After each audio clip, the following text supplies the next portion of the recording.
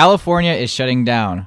Again. I cannot say that I'm surprised given our track record with some of the strictest lockdowns in the country. Many of you have probably already been alerted over the past few days that new stay-at-home orders will be made effective on Sunday. Governor Gavin Newsom said that the new round of regional stay-at-home orders would come to fruition depending on hospitals and their ability to undertake a spike in coronavirus cases. In other words, once hospitals in a particular county reach 85% capacity or more, then the lockdowns would go into effect. Over the next couple of days, millions of Californians are likely to see outdoor dining prohibited, gyms and hair salons closed, and strictly limited store capacity. Schools will remain closed in 51 out of 58 of the existing counties in California, with a few exceptions for schools that were already offering in-person instruction at a limited capacity. Although these restrictions mirror the spring lockdowns, Newsom said parks and beaches would actually remain open, and he encouraged people to go outside and use them and even take outdoor fitness classes. These new restrictions are supposed to last for 3 weeks, but I'm willing to bet that they will be enforced for closer to 6. If we don't act now, our hospital system will be overwhelmed, Newsom said. If we don't act now, we'll continue to see our death rate climb.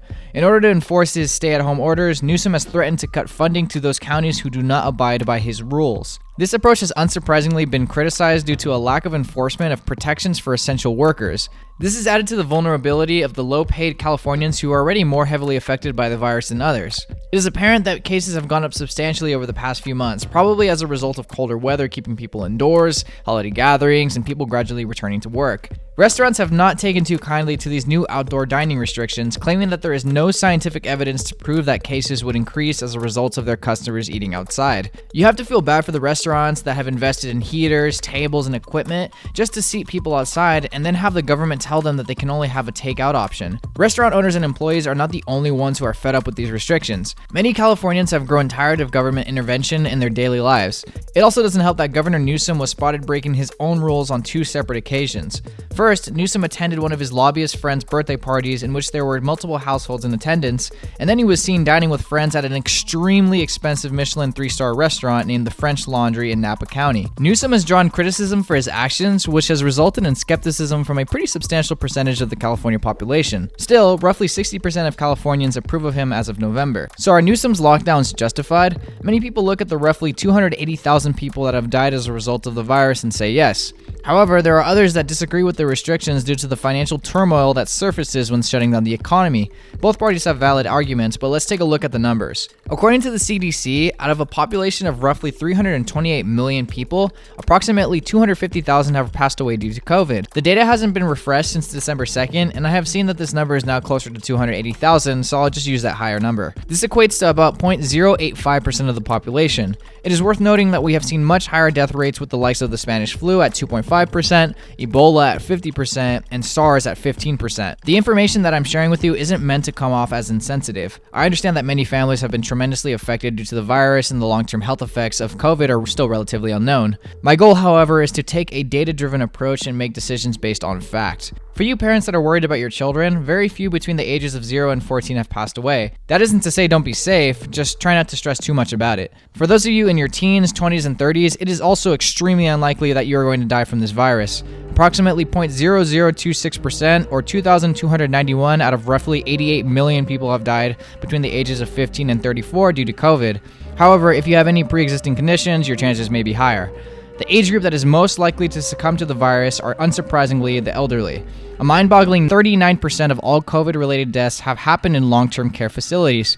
Roughly 54,000 people aged between 65 and 74, 67,000 people aged between 75 and 84, and 78,000 people aged 84 and up have died from COVID. These are the age groups that need to be extra cautious, and it may be wise to avoid getting too close to your grandparents or parents during these times. It is worth noting that being scared of this virus weakens your immune system and its ability to fight off infections. This is why it is incredibly important to go outdoors and exercise, avoid watching the news and its exaggerated headlines, and take the necessary precautions such as wearing a mask when in public spaces and being extra careful around the elderly. And it's at this point that if I provided you any value this far, feel free to subscribe to this channel and leave a like on the video. It helps tell the YouTube algorithm that my content is worth watching, so if you wouldn't mind doing that for me, I would really appreciate it. Thank you. So who is going to receive the vaccine first? Newsom has announced that hospital workers, nursing home workers, paramedics, and dialysis center workers will be first. However, California's initial 327,000 doses will not cover all healthcare workers. Since the vaccine requires 2 doses, that distribution will reach only 163,500 people. The government plans on rolling out these vaccines in phases. The first phase will be geared towards frontline workers that have direct or indirect exposure to patients. High-risk individuals will also be first in line, such as the elderly. The second phase includes essential workers that didn't receive the vaccine during the first phase, and the third and final phase will be a distribution to the general public. Considering that there are 328 million people in the United States that require 2 doses of the vaccine for it to be effective, and it needs to be stored in temperatures of between -20 and -70 degrees Celsius, I'd imagine that it will take quite a while for most people to be able to even have access to it. Another question that is worth asking, and could be the topic of another video, is should the government force Americans to get the vaccine? Can employers and schools require it? Feel free to leave your answer in the comments below. And that's it. Feel free to subscribe to this channel if I provided you any value, and leave a like on this video. It definitely helps me out and helps share this information to other people that might need it. Check out my blog at themillypreneur.com and follow me on Instagram at Eric_Anthony_Lopez. Thanks for watching. Looking forward to seeing you all next week.